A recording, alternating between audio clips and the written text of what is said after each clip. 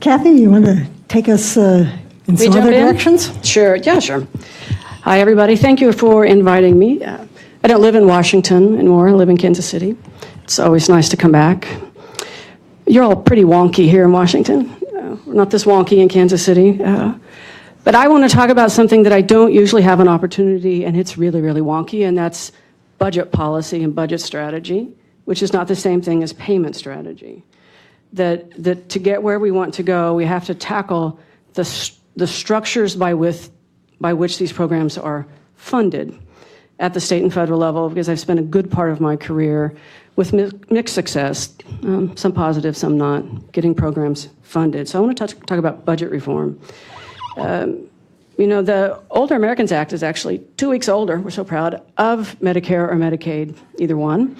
All were passed and signed into law in July of 1965. If you think about those three programs and kind of what we know them as today, the Older Americans Act purpose, of course, was prevention. Medicaid has become the largest payer of long-term care, and Medicare acute care. Many things did not happen in 1965. One, there was really not a mechanism to relate the growth of those programs to each other. There wasn't a decision that we should make relative investments in all three.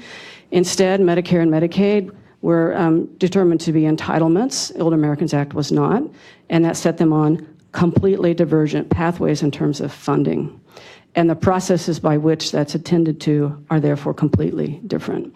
The Older Americans Act started to grow, and it was in the 1980s that President Reagan significantly slashed the budget of the Administration on Aging, and it's really never recovered. So, you know, to get discretionary programs funded is significantly difficult. And in terms of doing policy over these years, I think the people who appreciate that most are the people who've tried to do it. And I'm not sure the people on the entitlement side ever understand what it really takes to get more money for discretionary programs. It's almost impossible.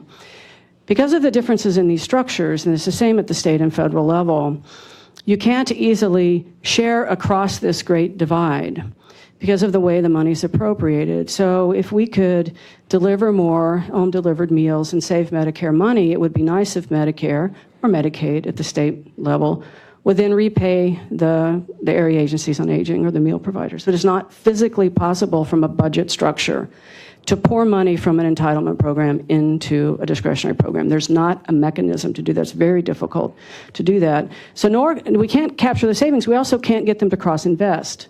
Okay, just buy from us directly, Medicare. That's not possible either. When we're talking to policymakers, I also think when we're talking about budget, we get really sloppy with our conversations and our discussion.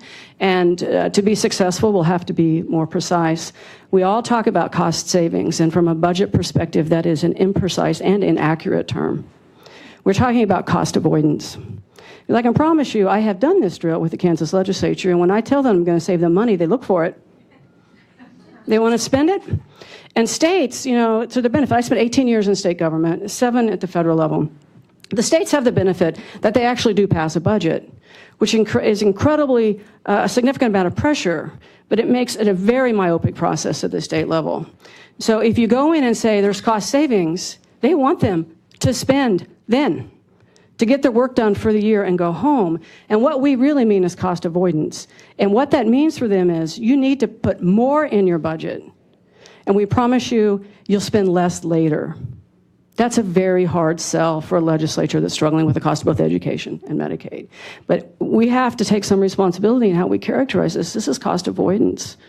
I actually think the federal process, it has a longer lens, the potential to not be as myopic. But then we also have the problem that the federal government doesn't actually pass a budget. I understand why, that there's not a requirement they do that every year. But do you remember when Speaker Boehner and President Obama tried to reach this grand bargain and failed?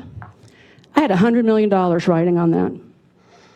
That the first week on the job, I started to work to double the Administration on Aging budget, and as a result of that, we had $100 million for Older Americans Act programs.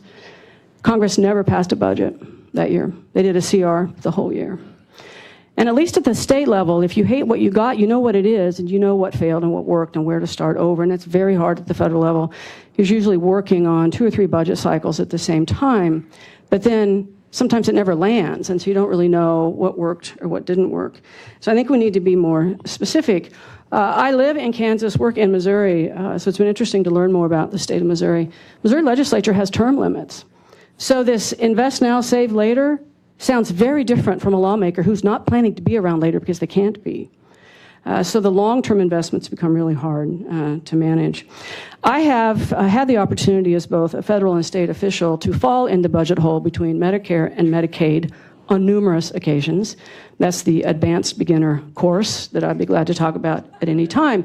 And I've had state people, state advocates, come do back of the napkin calculations, which of course are not quite adequate, and say, we're going to go to the Kansas legislature and show them how we can save Medicare money. It's like, they don't care. They don't care. They're trying to get their homework done for the year and pass a budget. I also had the same thing, unfortunately, happen federally, where I would work with CMS and try to get some investments made in Medicare, which would first inure to the states and the savings of Medicaid. And it was disappointing to fall in that hole from both directions.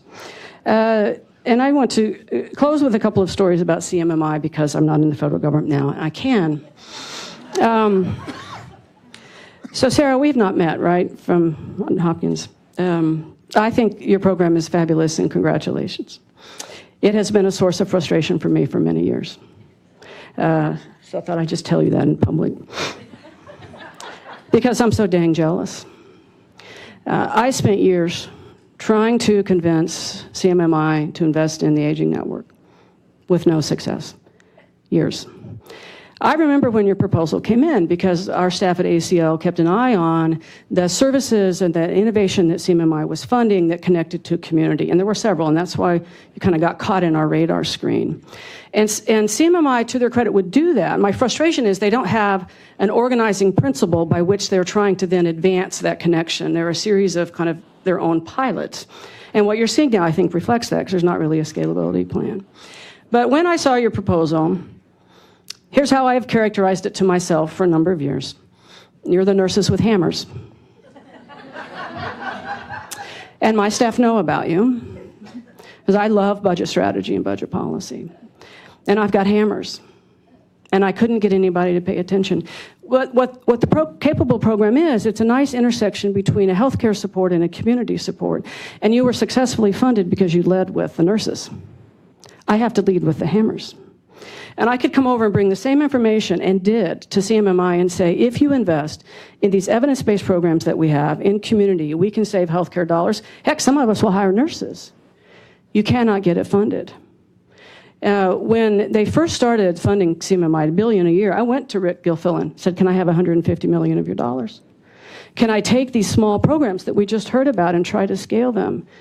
And no, and I went to the head of CMMI, I went to the HHS budget director, and argued for many years that we should invest in a pathway to achieve scale and demonstrate this, and never achieved success.